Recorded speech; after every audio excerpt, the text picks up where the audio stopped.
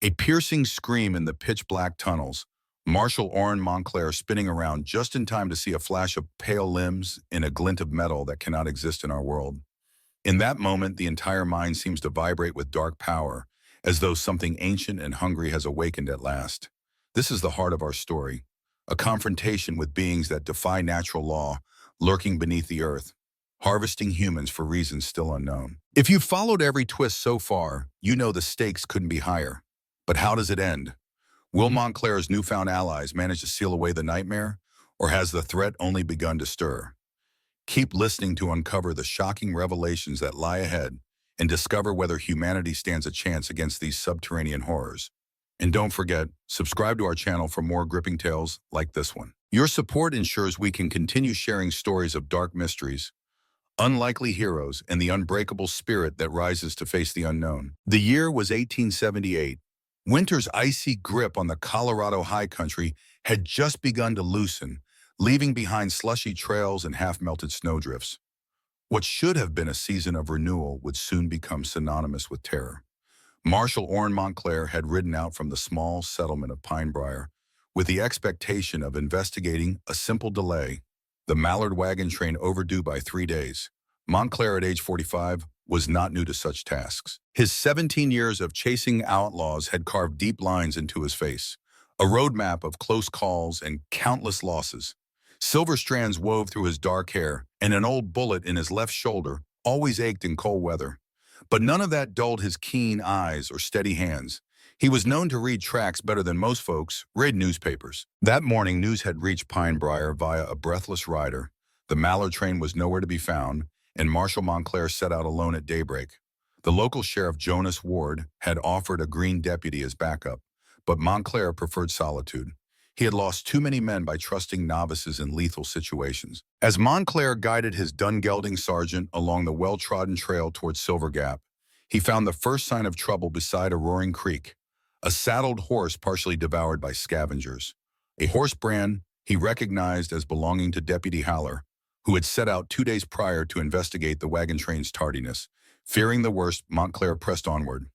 By midday, the trail rose onto a plateau known as Evergreen Flats, a popular campsite for westbound caravans. What he saw there would haunt him for the rest of his days. The wagon stood in a perfect ring, as if the travelers had attempted to fortify themselves against an attack. Within that circle lay a macabre tableau of death. Men, women, and children, 23 in total, slaughtered in ghastly ways. Montclair had endured the horrors of the frontier long enough to lose count of shootouts and ambushes, but even he could not conceal his revulsion. Some victims appeared to have been killed quickly, while others bore signs of a drawn-out torment that made him clench his teeth in rage. Something was amiss. No spent shell casings, no hoof prints from attackers, and not a single arrow or tomahawk wound that might suggest a native raid. He crouched beside a lifeless man he recognized, Jacob Mallard, the wagon master. Mallard's rifle lay beside him fully loaded. He'd never even fired a shot.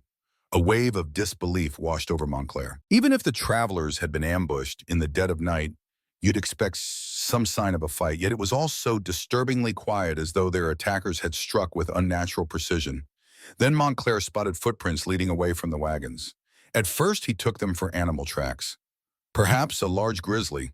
But on closer inspection, these were elongated, almost humanoid, with bizarre claw indentations at the toes. Stranger still, the footsteps converged at the far side of the meadow and continued upward toward the looming silhouette known locally as Wraith Peak. Marshal Oren Montclair felt an uncharacteristic chill run through him. 23 people butchered without a single sign of normal outlaws, and these eerie footprints left behind. Unable to shake the sense of doom, he resolved to follow them, unaware that each step toward Wraith Peak was another step into a darkness far beyond human comprehension. Officially, Montclair should have turned back right then, returning to Pinebriar to organize a search party or a burial detail. But 23 fresh graves demanded more immediate answers, and time was never on a lawman's side in these high valleys. He couldn't risk whoever or whatever caused this massacre slipping away to prey on more innocents. So he swung onto Sergeant's saddle and directed him toward the rocky slopes of Wraith Peak, following those monstrous footprints that defied explanation. The ascent began easily enough. Switchbacks that old mining carts once used now partly collapsed under rock slides and washouts. Larches and pines stretched overhead, The thinning sunlight filtering through snowmelt trickled across the path, turning patches to mud. Where the trail was soft enough, Montclair could see the strange prints continuing each deeper than a normal man's, spaced far apart as if the creature's stride was enormous. Beside them, Montclair sometimes noticed boot tracks. Miners perhaps like they were laid both before and after the bizarre footprints. Could the miners and these creatures have crossed paths or traveled together? The implications made his stomach turn. High above Wraith Peak's snow-capped summit gleamed under the late-day sun. Stories abounded about that mountain missing prospectors. Superstitious locals claiming ghostly lights danced near hidden caverns. Montclair had always chalked such gossip up to frontier legend, no different from 100 other haunted hills. But with every yard he climbed, he felt that weight of uncanny dread pressing upon him. Eventually, the trail veered around a sharp bend, revealing a hollowed-out portal in the mountainside, a mine shaft reinforced by timbers, the old sign reading Spencer Lode Shaft No. 5. Montclair knew the name. The Spencer Mining Company had boomed a year back with rumors of silver finds. Then talk turned hush-hush about further expansions. Montclair suspected the fiasco had forced many workers to quit, and now the place lay abandoned. The footprints went straight inside, vanishing into blackness, deeper than any mine shaft he'd known. Sergeant, smelling something foul, refused to enter. The horse's eyes rolled with a primal terror. Montclair couldn't calm. "Easy, boy," Montclair murmured, dismounting. He tied the reins to a battered post and rubbed the gelding's neck. He didn't blame Sergeant's reluctance. Even the stale air trickling from the mine felt unnaturally warm against Montclair's face, carrying an odd musky odor that made his hair stand on end. He lit a small lantern from his saddlebag, drew his revolver, and took a breath. Long-lost colleagues had teased Montclair for his caution, but that caution had kept him alive through dozens of shootouts. If danger lurked inside this tunnel, he'd meet it prepared. The immediate gloom swallowed the lantern's glow the instant he stepped inside. The timbers overhead creaked. Water dripped in rhythmic taps, echoing strangely. After about 40 yards, Montclair came upon a bifurcation.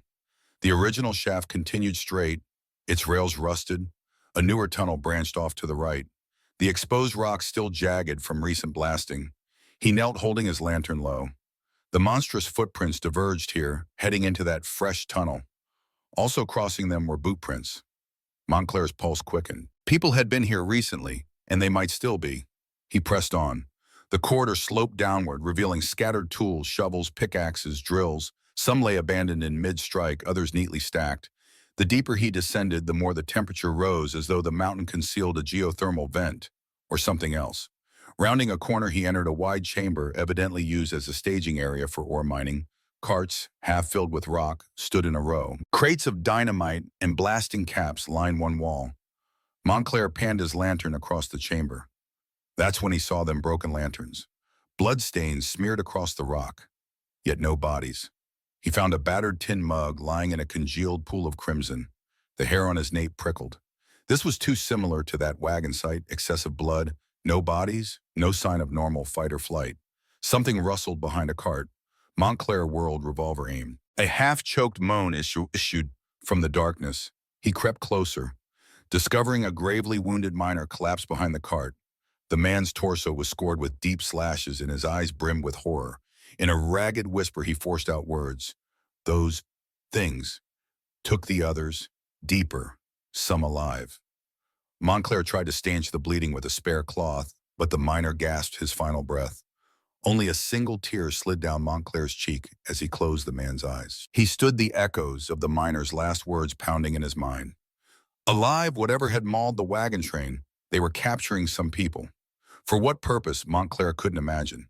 Before him lay a sloping passage into uncharted depths, those elongated footprints leading the way. Marshal Orrin Montclair had faced thieves, killers, and savage storms, but nothing compared to the sense of cosmic dread that now gnawed at him. Still, he advanced each step, forging a path no lawman had ever taken, one that might seal his doom. The tunnel's unnatural warmth intensified, saturating the stagnant air until each breath felt like inhaling steam. That disquieting musk, reminiscent of a predator's den, grew thicker, making Orrin Montclair's throat constrict. Lantern light flickered across slick rock walls, revealing an array of shallow claw gouges and strange glyphs etched into the stone. The glyphs weren't symmetrical or reminiscent of any known language. Rather, they twisted and looped in ways that caused Montclair's gaze to slip away involuntarily, as though his eyes refused to focus on them. At last, the shaft ended at a makeshift entrance into a natural cavern. Timbers and debris had been pushed aside to clear the opening. The footprints converged here, and beyond lay darkness deeper than sin. Montclair hesitated, torn between duty and sheer terror. 23 innocent lives demanded justice, and this mine evidently housed the perpetrators, yet even he, seasoned by years of lethal confrontation, recoiled at the unknown that waited ahead. Swallowing dread, he raised his lantern high and ducked through. The ceiling soared, revealing a vast chamber that dwarfed anything man-made. Moisture dripped steadily from stalactites, forming small pools on a floor scattered with the remains of older mining equipment, perhaps from an earlier generation of explorers who had unwittingly delved too far. In the center of the cavern, Montclair glimpsed a sight that numbed him: row upon row of motionless human forms, laid out on rough stone slabs. Some were the wagon train travelers he recognized. Jacob Mallard's shock of gray hair.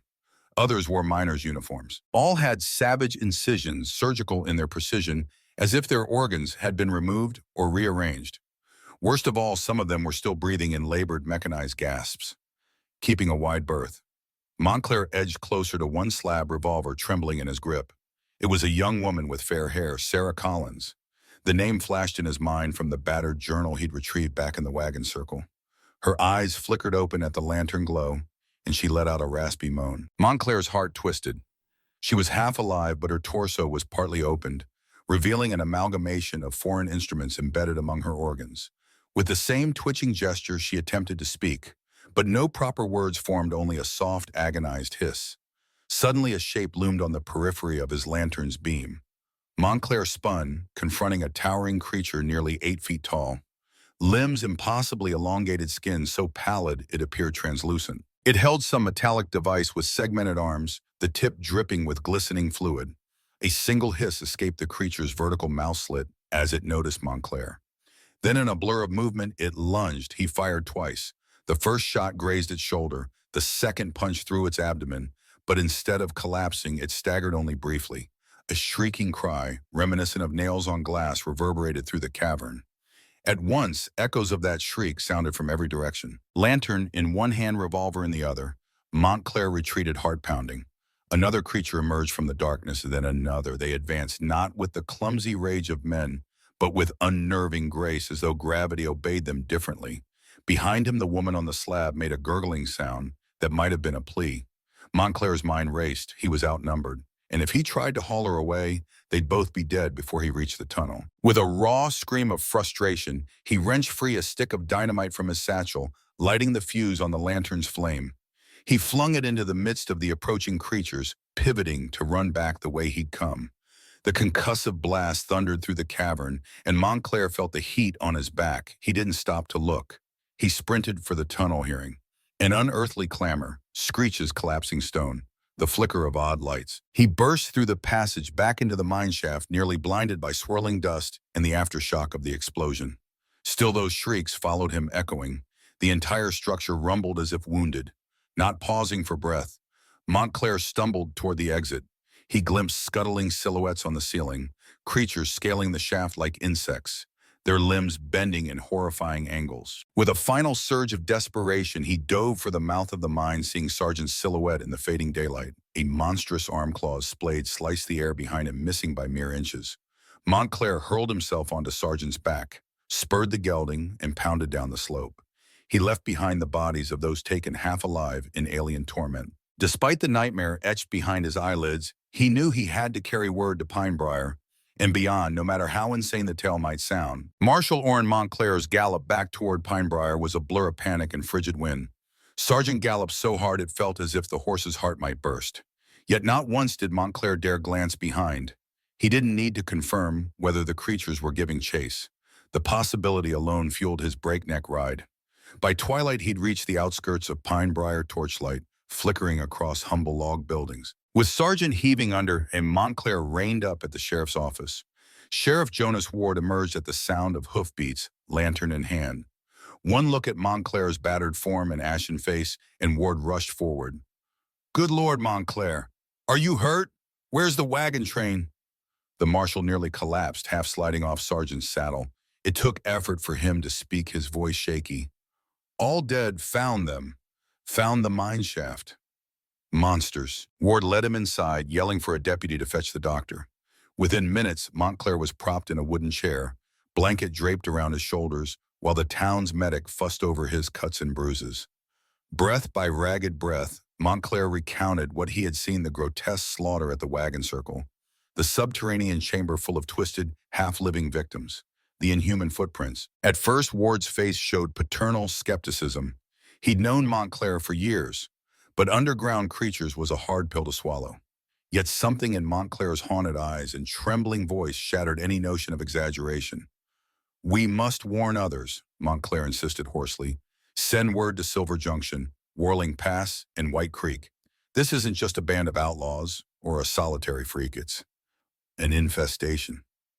Ward pressed a mug of hot coffee into Montclair's hands. "All right, we'll raise pauses, gather men. But you need rest, Marshal. Let's talk in the morning." Morning came, but with it, worry grew. Ward's telegraphed messages brought only partial replies. Some lines were down, others returned dismissive notes. Indians, grizzlies, delusions. No one wanted to believe in monstrous clawed beings lurking under the mountains. Meanwhile, a small group of men, farmers, trappers, ex-soldiers gathered in Pine Briar at Ward's behest. They listened to Montclair, pale-faced, exchanging incredulous glances. But the marshal's track record for honesty and skill was unassailable. By noon, a posse of a dozen had formed, each man armed with rifles or shotguns. They wanted to confirm Montclair's tale for themselves. He led them toward the site of the Wagon massacre. A hush fell over the group as soon as they beheld the circle of wagons and the carnage left behind. None could deny the savage brutality. Some men retched. Others muttered curses or prayers. Ward stared in stony silence, his mouth set in a grim line. They found no sign of the monstrous footprints. High winds had scattered the topsoil. Disturbed, Montclair guided them to the mine shaft, half fearing what they might find and half dreading that the passage was still open. On arrival, the group discovered a partial collapse near the entrance, presumably from Montclair's dynamite. Several men began to clear the rubble, spurred by anger. If Montclair was right, those creatures might have scattered deeper, returning later for more unsuspecting victims. Hours of grueling labor followed. By evening, they'd cleared a narrow path into the shaft. Lanterns held high, the men advanced only to find the first 100 yards empty of any signs of life. No footprints, no warm air. Even the chamber where Montclair had found the bloodstains seemed altered, as though walls had caved, further bearing any evidence. "Your creatures are gone." One man murmured, his voice both relieved and disbelieving. Montclair frowned. "They must have retreated deeper. Or maybe they sealed off the route after I escaped," facing exhausted workers. Ward decided they'd camp outside the mine and resume the search come morning. Around the campfire, men swapped theories: bears mutated by toxic gas, some hidden tribe, or Montclair's delirium from encountering a brutal but human foe. Montclair, however, just stared into the flames, replaying that horrifying underground chamber and the half-living victims. He knew what he had witnessed, whether the others believed him or not. Something unspeakably old and dangerous lurked below Wraith Peak. In the flickering firelight, Montclair resolved that if the official lines of communication failed, he would ride in person to the next big settlement, Silverton, and warn them. If no one would believe him, he would do it alone. The Wagon massacre was only the beginning. He felt that in his bones. In the shadows around the camp, faint noises drifted the wind perhaps, or an echo of alien whispers carried on cold mountain air, presaging the battles yet to come. By the next afternoon, Jonas Ward had grown uneasy. Montclair's unwavering insistence about the creatures, backed up by the appalling massacre site, cut through any notion that the marshal merely hallucinated from exhaustion. The men who had come expecting a simple explanation found themselves stumbling over contradictory details. Tools left behind, half-eaten meals in the deeper tunnels. Monstrous footprints Montclair swore he'd seen, but that were now lost in debris. After day 2 of searching revealed only collapsed passages, a battered supply chest, and more stray lumps of twisted metal. The posse's enthusiasm waned. Some believed the threat had died in the explosion. Others, more spooked, insisted they had felt an eerie presence, glimpsed silhouettes skittering overhead. Montclair just wanted them to see the truth, or at least enough to warn a real expedition armed with dynamite and men ready to fight if these creatures returned. Finally, Ward agreed they could not simply rebury the mine and pretend nothing was amiss. We'll gather a bigger group, come back in a week, Ward proposed. Meanwhile, you can ride to Silverton, alert them, see if they'll send help, Montclair reluctantly acquiesced. With limited manpower and resources, a major undertaking now was impossible. But riding alone to Silverton also stirred dread in Montclair. He recalled the half-living men and women on those slabs. If such horrors could happen near Pinebriar, who knew how far this corruption had spread? Still, he left the next morning. Sergeant refreshed after 2 nights' rest. The autumn sun was bright, but Montclair felt no warmth from it as he guided his horse through the forested valleys towards Silverton. The route he knew was about a day's hard ride. He made good time until late afternoon when a chill wind signaled a coming storm. Memories of that oppressive warmth in the deeper mine shaft made the sudden temperature drop feel almost reassuring. Approaching Silverton, he passed a creek where months ago he and others had found an overturned wagon belonging to Deputy Haller. The recollection unsettled him. Something about these creatures, how they left no conventional signs, how they removed victims entirely haunted him. The notion that they might be systematically culling travelers or entire mining camps gnawed at his peace of mind. Silverton itself was a modest town perched on a plateau overshadowed by rocky peaks rumored to hold more silver than the entire territory. Montclair rode down Main Street, noticing the dull hum of activity. Miners off shift, a blacksmith hammering, and a cluster of men unloading crates near a newly built depot. He stabled Sergeant at the local livery, then headed straight for the sheriff's office. The door was open, revealing a bearded man in uniform, Sheriff Travis Neal, as Montclair recalled. At Montclair's arrival, Neal recognized him. The two had crossed paths once years ago. Montclair wasted no time recapping the massacre near Wraith Peak, the bizarre footprints, the hidden mine shaft, and the subterranean nightmare. Neal's eyebrows climbed higher with each sentence. He seemed torn between skepticism and concern. "I can't say I believe in non-human monsters," Marshal Neal said carefully, "but I've had odd reports. Missing hunters, weird lights near old mine shafts. Just last week, a rancher claimed he found an entire herd of sheep slaughtered with no tracks around them." Encouraged, Montclair pressed for an official search. "We can't let this fester. If these creatures gather strength or their numbers grow, they could overrun more settlements." Neal scratched his beard. "It's not that simple. My men are spread thin. The mining companies own half this town. They'll want proof before committing resources. They might blame Indians or claim you're chasing phantoms." "Let them doubt me," Montclair countered, "but at least let me speak to your mayor, your town council. You can come with me to the site. We'll gather evidence." Neal hesitated, then nodded.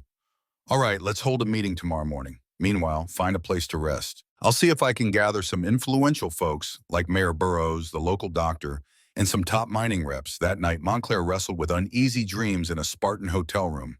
His mind refused to release the images of twisted altars, half-living captives, and monstrous silhouettes.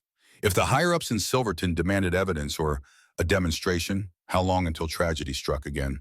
He feared the cost in human lives might be too high. But if no one believed him, and these creatures were free to prey on the unsuspecting, that cost would be higher still. When he rose at dawn, Montclair felt a faint sense of déjà vu.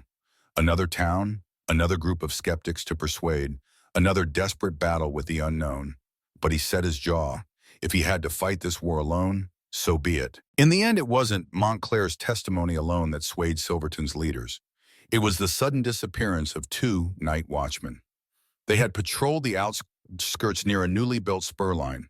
At the crack of dawn, their sergeant found only a scattering of bullet shells, discarded rifles, and 2 pools of blood, but no bodies, no footprints, no horse tracks, no sign of conventional struggle. Sheriff Neal, facing a mini panic, hurried to the meeting that had been called at City Hall, a stately building that often hosted debates over mining rights. Mayor Horace Burroughs, an older man with a well-groomed mustache and a perpetually anxious expression, presided over the gathering. In attendance were key figures: Dr. Leland Rhodes, a stoic middle-aged physician, Grant Wilcox, the powerful manager of Silver Crown Mining, and a handful of influential townsfolk. Montclair stood by the window, arms folded, bracing for conflict. He laid out the facts once again: the Mallard wagon train's annihilation, the unnatural footprints leading into the newly blasted tunnels of Wraith Peak, the half-living captives and monstrous beings.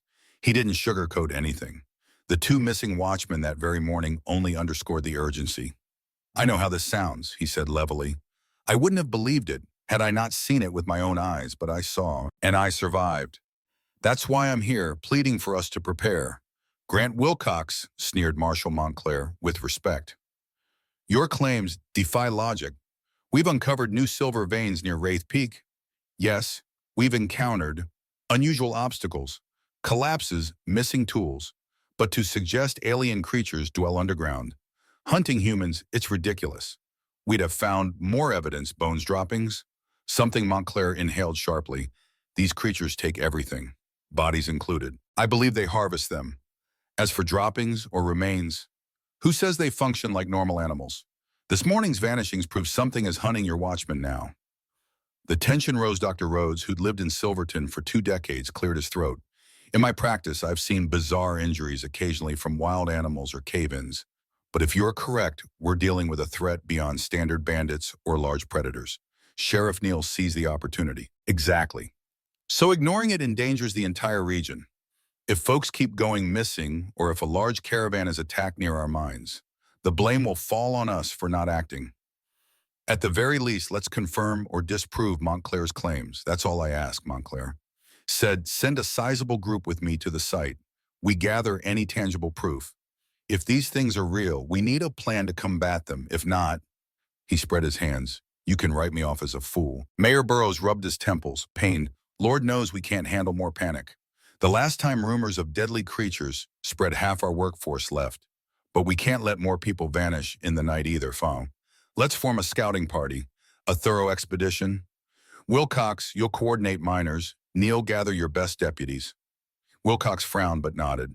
We'll see if we can patch up the old logging road to approach from the south. But if this is a wild goose chase, Montclair, my miners can't waste time on fantasies. Montclair offered no argument. He recognized a grudging alliance was better than none. They planned to depart in 2 days, giving Wilcox time to outfit the men with tools, weapons, and supplies. Meanwhile, Neal's deputies would investigate the watchman's disappearance, further seeking fresh clues. Montclair appreciated the practicality, though inwardly he worried each passing hour might cost more lives. Outside, the weather remained unseasonably mild for early winter. The deep snows had yet to arrive in these peaks. Montclair felt certain that the conditions, lack of heavy snow and mild temperatures, could favor the creature's movements above ground. Passing an alley on his way back to the hotel, a fleeting motion caught his eye. A tall figure, unnaturally thin, disappearing behind a stack of barrels. He sprinted forward, hand on his revolver, but found nothing. The silence was unnerving, the alley reeking faintly of that all-too-familiar musk. He returned to the main street unsettled. If these creatures were already within Silverton's limits, the expedition might be moot. They might not even have to venture to Wraith Peak to meet them. As Montclair climbed the stairs to his hotel room, he recalled how Jonas Ward's men had found little sign of the beasts after Montclair's narrow escape. Perhaps they had relocated, or maybe they had always kept multiple lairs. The question haunted him: how deeply had they infiltrated the region, or even the territory? Could entire networks of tunnels connect distant mountain ranges, allowing free passage for these devouring horrors? Sipping from a flask, Montclair gazed out his window at the sleeping town. Lights winked out one by one. He wondered how many families below were utterly ignorant of the shadow creeping across their doorstep. At the stables, he noticed a solitary figure, rummaging near the hay bales, movements too fluid, too graceful to be a normal man. The moment Montclair blinked, the figure was gone. This was no time to rest easy. The war had begun in earnest. In 2 days, they'd march into the mouth of darkness and either confront the threat or become the next wave of missing souls. Daybreak found Orrin Montclair conferring with Sheriff Neal in the latter's cramped office. A half-dozen men assembled around a map of the territory pinned to the wall. Wilcox had contributed a set of geological surveys from the Spencer Mining Company, showing various shafts and newly discovered caverns. Dr. Rhodes hovered near the window, occasionally adjusting his spectacles as though anxious to share his concerns. All right, Neal began tapping the map. We'll split into 2 teams. Team A includes myself, Montclair, Dr. Rhodes, plus 8 volunteers. Team B is led by Wilcox, bringing a contingent of armed miners. We'll converge at the old tram station near the base of Wraith Peak, then proceed together to the suspected entrance. Montclair found. Wilcox nodded, but with visible reluctance. I'd prefer a smaller detail. My men have drilling obligations, and truth be told, many are rattled by these rumors. Rumors that cost you 2 watchmen, Montclair interjected coldly. You want half measures or results? The manager's jaw tightened. Fine, but if I see no evidence of these creatures, I'll recall my workers. We can't bankrupt the company chasing phantoms. Rhodes cleared his throat. Gentlemen, a medical standpoint, if these things truly collect human bodies, for whatever reason, we must be prepared for the worst. I'm assembling field kits, though. I'm uncertain how one treats injuries from these beings. Neil hammered his fist lightly on the table. We depart at first light tomorrow. Everyone gather gear, lanterns, rifles, shotguns, extra ammunition. Montclair suggests stocking up on anything containing brass. He has a theory that brass or copper-based metals wound them more effectively, so bring brass fittings if you can. As the meeting dispersed, Montclair caught sight of a young man lingering at the doorway. Deputy Collings, newly deputized after the prior fiasco. The youth looked uncertain, but Montclair recognized the glint of determination in his eyes. Sir Collings said softly, and I know folks think this is madness, but I lost an uncle to that massacre, count me in. Montclair clapped a hand on the deputy's shoulder. Grateful for the help. We'll need every able body, Collings. Later that evening, Montclair found Dr. Rhodes at the apothecary rummaging through jars of chemicals. Doc, I've been thinking about alternative weapons. Could something caustic help, like acid or lye? Rhodes paused, considering possibly if their physiology differs significantly from ours. We might guess certain substances cause severe reactions. We can try. He handed Montclair a small satchel labeled acidic compound. Handle with care. Throughout the night, final preparations rumbled through Silverton. Wilcox's men stacked crates of dynamite on wagons, while blacksmiths hammered out improvised brass attachments for knives, bayonets, and even bullet casings. The unusual request sparked rumors anew. Cartridge trouble, asked one bystander, but was shooed away by a bleary-eyed metalsmith who had no time to explain. When dawn's first glow brushed the mountaintops, the expedition of 23 men and Dr. Rhodes stood at the edge of town, 2 wagons loaded with supplies, mules to carry the heavier gear. Montclair had insisted on traveling by day, believing the creatures might be less active under sunlight. The route was chosen carefully, a sturdy, albeit longer path that could accommodate the wagons. They'd approached the newly discovered mine from a different angle than Montclair's original route.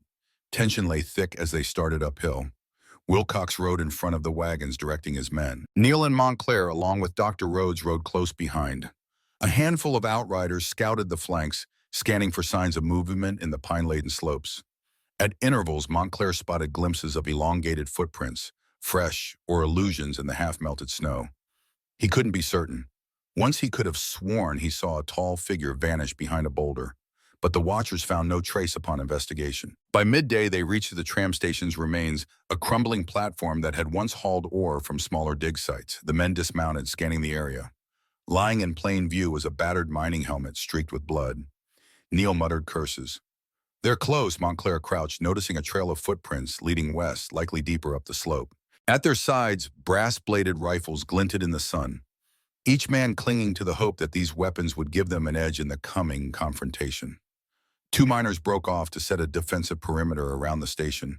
Another group began to inspect the old tracks, uncertain whether they might lead to a useful vantage or to doom Wilcox. Gloom heavy in his eyes, confided quietly to Montclair. My company wanted silver, but we uncovered something else, didn't we? Montclair nodded. We need to ensure no one else stumbles on it by accident. This ends here one way or another. As the expedition resumed its climb, a hush overcame the men. No laughter, no easy banter, only the slow crunch of boots and hooves over stony ground. The shadow of Wraith Peak lengthened before them, a silent guardian or a watchful predator. Montclair felt his heart pound. He recalled the final image of that subterranean altar, the half-living captives, the monstrous forms collecting humans for a purpose beyond rational understanding. Now at least he didn't face them alone. Yet would that suffice against beings that defied every rule of nature? He prayed silently for the first time in years. If ever the territory needed a miracle, it was now. They set up a base camp on a small plateau beneath Wraith Peak, near the mouth of a lesser-known ravine.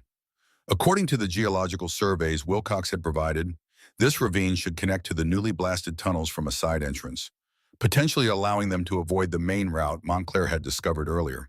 If the creatures had expected an approach from the old mine entrance, they might be unprepared for a flank assault. The men built barricades from felled trees and stacked stones, forming a rough defensive ring around the campsite. Dr. Rhodes established a makeshift medical station under a canvas awning. One wagon served as a supply depot loaded with rations, bandages, brass attachments, and dynamite. Montclair posted scouts around the perimeter, each armed with shotguns or rifles carrying brass-tipped ammo. The mood was grim but determined. As evening's chill set in, Montclair convened the group around a central fire to detail the next day's plan. "We'll split into 3 squads," he explained. "Squad 1 Wilcox and half his miners. You'll guard the base camp, ensuring no ambush hits us from behind. Squad 2, Sheriff Neil, me, Dr. Rhodes, Deputy Collins plus 5 volunteers. We'll enter the side tunnel. Squad 3, a smaller contingent, will remain on the ridge for overwatch with telescopes and signals." "Why not all of us go into the tunnels?" asked a miner wearing a thick gray beard. "Isn't that safer?" Montclair shook his head. "These creatures are cunning. If we all vanish into the depths, they could circle around and destroy our exit route, or kill whoever's outside. We need layered defenses and multiple vantage points. Mark my words, we can't assume standard tactics for an enemy like this." The men grumbled softly but accepted it. Dr. Rhodes, adjusting the strap on his medical satchel, added, "Remember, keep an eye on your comrades. If these creatures can impersonate humans or do something like that, Agent Reed's story, someone acting strangely might be compromised. We can't let them sabotage us from within." This remark sent a ripple of unease through the group.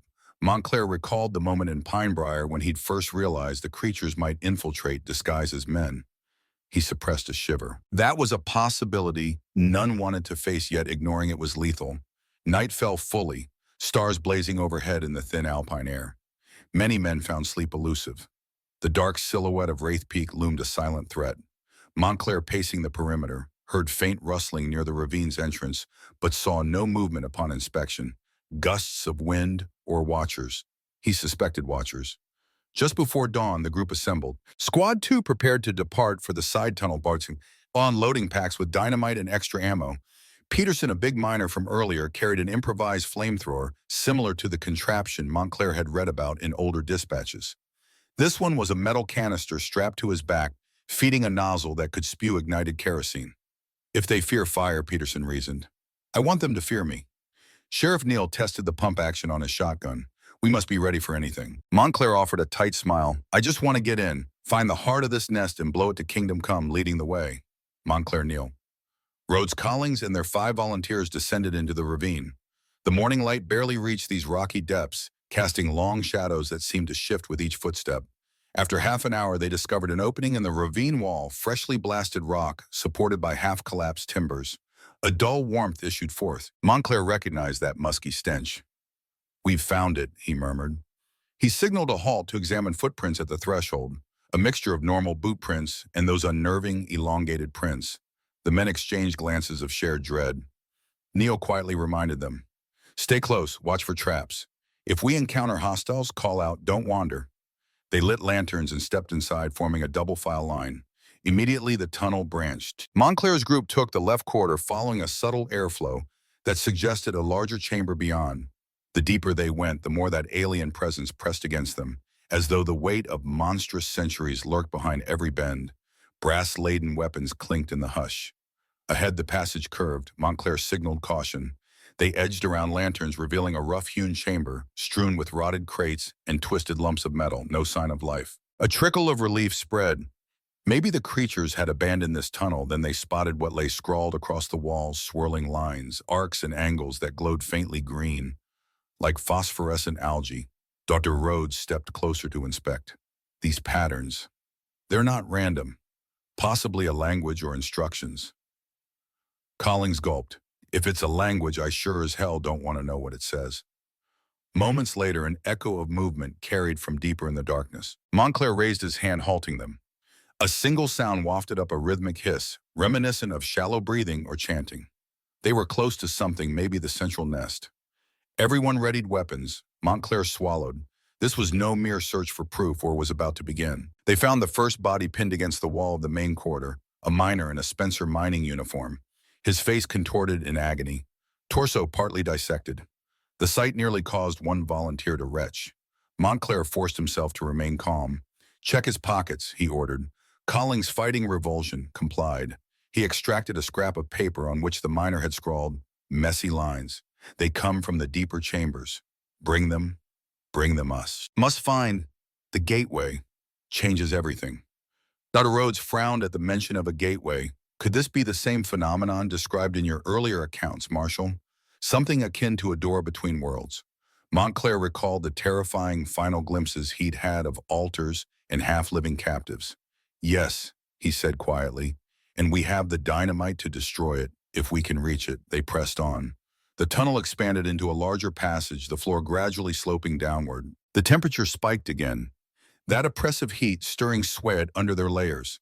The greenish glow from the walls intensified, rendering the lanterns almost unnecessary. Sheriff Neal muttered, I never believed the old tales about star devils or hidden cities. Now I wish I still didn't. Soon they entered a cavernous space reminiscent of the site Montclair had seen months prior. Twisted columns carved from living rock soared to the ceiling. The floor was crowded with alien constructs, pylons of strange metal, half embedded in rock. Men fell into an uneasy hush, the hum of unseen machinery throbbing in the thick air. The rhythmic chanting emanated from a side tunnel. Suddenly, silhouettes emerged from the gloom, slender forms gliding with uncanny grace. The men froze, pulses hammering. These creatures were at least 7 feet tall, elongated limbs, pale skin. Neal gritted his teeth. Get ready. At Montclair's nod, the group opened fire. Brass-laden bullets and buckshot tore into the creatures, some going down, screeching in that high-pitched wail that made hair stand on end. Others darted behind rock spires, moving with disorienting speed. A savage melee erupted. Dr. Rhodes knelt behind a rock, trying to maintain his composure, as he fired with unsteady hands. Collings, fresh to rival combat, managed 2 kills before a creature raked him with its claw-like fingers, sending him sprawling. Montclair put a bullet through its elongated skull, the brassy slug sending it to the ground in a luminescent splatter. Neal barked orders. Keep formation. Don't chase them alone. In the chaos, Peterson unleashed his flamethrower. A roiling blast of fire lit the cavern, igniting at least 3 creatures. They flailed in agony, that glass shatter, shriek echoing. Some men reeled from the stench of burning alien flesh. Montclair took the opportunity to press forward. This way, he shouted, pointing toward the chanting.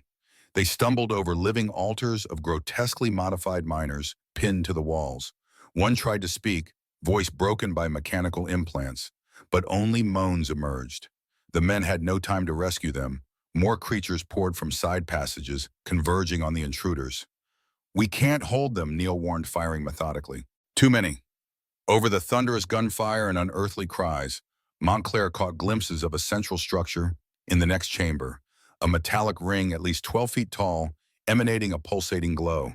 Dr. Rhodes shouted, That must be it, the gateway. But a dozen creatures formed a defensive line around it, plus one taller than the rest, wearing an almost ceremonial metal crest fused to its skull. The chanting reached a fever pitch. The ring's interior shimmered, turning silver like liquid. Through its surface, shapes writhed on the other side as though pressing forward from a dimension of impossible angles. Montclair felt a wave of vertigo. We blow it now, he yelled at Peterson. But Peterson was pinned by a monstrous adversary, flames blazing around them both. Montclair realized the immediate plan had to be improvised. He grabbed a satchel of dynamite from a fallen volunteer, motioning for Neal to keep the creatures busy. Dr. Rhodes and Collings joined him, forming a wedge that advanced on the ring. In a horrifying stroke, the tall leader blocked their path, swatting Collings aside with single blow. Lucy Hawthorne, who had insisted on coming, though she wasn't named in this expedition, would have recognized the creature's chillingly silent malice. Montclair fired twice, hitting the leader's torso. It staggered but lashed out, nearly ripping the satchel from his grasp. Rhodes brandished a brass scalpel, slicing its elongated arm. The creature emitted a guttural hiss, reeling enough for Montclair to bolt forward. 4 desperate strides, he reached the ring's base. The shimmering portal up close was horrifyingly beautiful. Glimpses of chaotic realms beyond. Without hesitation, Montclair yanked the cords from the dynamite sticks, laid them under the ring's metal base, and lit a short fuse. Get back, he howled. Neal, bleeding from a shoulder wound, grabbed Dr. Rhodes and Collings, dragging them behind a fractured column. Montclair dove behind another stone outcrop. A final glimpse, the alien leader lunged to intercept elongated arms outstretched. Then the dynamite went off. The cavern erupted in flame and concussive force. The metallic ring shattered into shards, pieces whirling through the air with lethal velocity. The portal's silvery surface imploded, creating a vortex that sucked in nearby creatures, along with severed limbs, scattered mining debris. Montclair braced behind the stone ears, ringing. The entire chamber shook as though the mountain itself raged. When the dust settled, moans and rattling breath filled the wounded air. Broken columns had collapsed, burying many creatures. Flickers of their luminescent fluid glowed among the debris. Neil stumbled to Montclair's side, helping him stand doctor. Rhodes shakily pressed a cloth to Collings's chest wound. The gateway was gone. The ring was reduced to twisted scraps. Most creatures had been slain or entombed. But glancing at the battered survivors, Montclair had no illusions of triumph. They might have cut off one nest. But what about the rest, amid the rubble? Roll. The tall leader lay pinned, half its torso crushed, yet it still breathed, dark eyes fixated on Montclair. Its vertical mouth parted, releasing a faint hiss that might have been words. Then it stilled. Montclair felt neither victory nor relief. Only a heavy sorrow for the men lost, for the monstrous discoveries, for a future uncertain. He gazed up at the trembling ceiling, praying the entire mountain wouldn't collapse. If it did, they'd either die here or spend life in the dark, Marshal Neil croaked. We need to get out now. Montclair nodded. Their mission was complete, the gateway destroyed. The price paid in blood. The next hours were a frantic escape through half-collapsed tunnels and trembling stone. Yet they emerged at last into a dim, late afternoon sky. Battered but alive as they descended the slope, Montclair imagined new nightmares lurking in other mountains, other hidden depths. Yet for that moment he savored one small victory. One nest destroyed, one horror averted, at least for the time being. 3 years later, the town of Silverton stood battered but stubbornly alive. Half its population had departed after rumors spread of unspeakable events in the mines. The rest stayed forging a quiet alliance to watch for any signs that the creatures remained. Marshal Orrin Montclair had moved on from Pinebriar, taking up a federal appointment that allowed him to travel widely, gathering intelligence on unexplained disappearances across the Western Territories. It was a lonely mission, but he carried it with grim dedication. Someone had to connect the dots before another nest rose to threaten unsuspecting towns. In Silverton, Sheriff Travis Neal continued his duties, forming a small network known informally as the Lantern Keepers. They patrolled not just the outskirts, but also the old mine shafts, confirming that no new tunnels had opened or suspicious activity resurged. Wilcox's mining operations scaled back drastically, sealing off any deep shaft expansions, though rumors persisted that certain excavations persisted in secret bankrolled by unknown financiers. Deputy Collings, after healing from his grievous wounds, married a local rancher's daughter and stayed on as Neil's right-hand man. He bore an array of scars, physical and psychological, but seemed resolved to protect the settlement. He almost died saving Dr. Rhodes continued practicing medicine, though, with a watchful eye for any unnatural wounds or inexplicable illnesses. Farther away, Pinebriar struggled to rebuild after the shockwave of revelations. Jonas Ward, re-elected as sheriff, sometimes joined Montclair on clandestine trips to rumored hotspots, where ranchers reported seeing elongated footprints near half-eaten livestock. They discovered more partial evidence, bizarre bits of metal ephemeral footprints that vanished overnight and occasionally confronted lone straggler creatures. Each encounter ended in blood and deeper mysteries. Montclair had also corresponded with a handful of academics, sending them sanitized versions of events. Most dismissed him, but a few open-minded professors believed in the possibility of hidden caverns harboring unknown entities. They worried about the next stage of infiltration these creatures clearly possessed, advanced methods of concealment and biological assimilation, as seen in Agent Reed. Montclair seldom slept peacefully. He replayed those moments in the St. Helena Church, when a being wore a human guise, nearly dooming them all. Meanwhile, whispered tales spread across the frontier. Hunters spoke of glimpsing pale shapes at dusk near remote mountain passes. Prospectors who ventured too deep into certain caves never returned. Indigenous groups recounted older stories of star devils or underworld abominations. Some offered assistance, others declared these matters were for white men to solve, given how they'd plundered the land. In the spring of 1881, Montclair received a cryptic telegram from a mining camp far to the northwest, referencing elongated footprints and the disappearance of 3 loggers. He saddled up, Sergeant older now, but still reliable, and embarked on a journey that might yield more pieces of this vast, unsettling puzzle.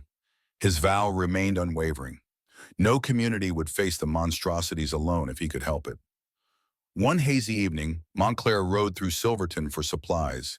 He noted that the local saloon had reopened under a new proprietor, a lively crowd inside, But behind the facade of normalcy lay steel nerves. The townsfolk, especially those who had survived the Wraith Peak incident, never forgot how swiftly horror could descend. Passing the blacksmith shop, he glimpsed a row of specially forged brass-tipped pikes, an unspoken testament to ongoing vigilance. He stopped briefly at the sheriff's office, exchanging updates with Neil. No fresh sightings near the collapsed mine. Neil reported, but there's talk of a survey team wanting to reopen a different shaft. Some fancy investors from back east claiming there's still silver to be had. Montclair's jaw clenched. That can't happen if they dig too deep. Neil nodded. I'll try to dissuade them, but money is persuasive. Before departing, Montclair walked to the center of town where a modest stone monument had been erected, a memorial to those lost in the Wagon Massacre and the later conflict in the mines. At its base lay flowers quietly placed perhaps by families who still mourned. Montclair removed his hat, bowed his head. He thought of Sarah Collins doomed to that hideous transformation, of the missing watchman consumed by the creature's hunger, of Agent Reed's monstrous metamorphosis. So many lives ended or warped by contact with an evil that most insisted did not exist. Stepping away, Montclair found Lucy Hawthorne, now Lucy Evans, after marriage waiting nearby. She offered a gentle smile, still fighting the good fight. "Marshal, best I can," Montclair murmured. Lucy sighed. "Then keep going, we're counting on you," mounting sergeant once more. Orrin Montclair tipped his hat, resolved to continue. If the next wave of horrors stirred from those shadowed depths, he'd be there to meet it. The Wagon Massacre might have left no survivors, but the footprints had led him and all who followed on a quest to defend the frontier from an ancient alien presence. No matter how relentless that menace proved, humanity would stand, lanterns lit defying the darkness beneath the earth. By the time Marshal Montclair rode out of Silverton, dusk spread purple hues across the sky. He felt the growing hush of the mountains behind him, a hush broken only by the quiet determination of those left in the town to keep watch, to share warnings, to remain ever vigilant. 3 years prior, no one would have believed in monstrous footprints or living altars in hidden caverns. Today, that knowledge formed the unspoken bond that held them all, forging alliances across distant settlements. And so the frontier went on, families planting new crops, saloons reopening, rail lines expanding, while in certain mountain recesses where no miners ventured anymore, the memory of those elongated, inhuman footprints lived on. Each time the land was disturbed by fresh explorers, the watchers would stir, assessing whether to rise again in silent fury. But wherever tall tales of vanished wagons or unnatural tunnels surfaced, one might catch a rumor of Marshal Orrin Montclair riding alone, or with a small posse, brass bullets in his belt, unwavering in his crusade to banish the darkness lying beneath the majestic peaks. Thus ended one chapter of a conflict, both ancient and ongoing, with every long shadow on the canyon walls hinting that the mountains might wake once again. But as long as Montclair and his allies kept their guard, no horror from those hidden depths would go unchallenged. It was a fragile peace, yet a peace earned by courage, sacrifice, and the shared promise that no matter how dark the caves below, they would never let evil triumph unopposed. When I think back on Marshal Montclair's journey from the discovery of that massacre site to the final desperate stand in those haunted tunnels, I see a testament to courage and hope in the face of unimaginable threats.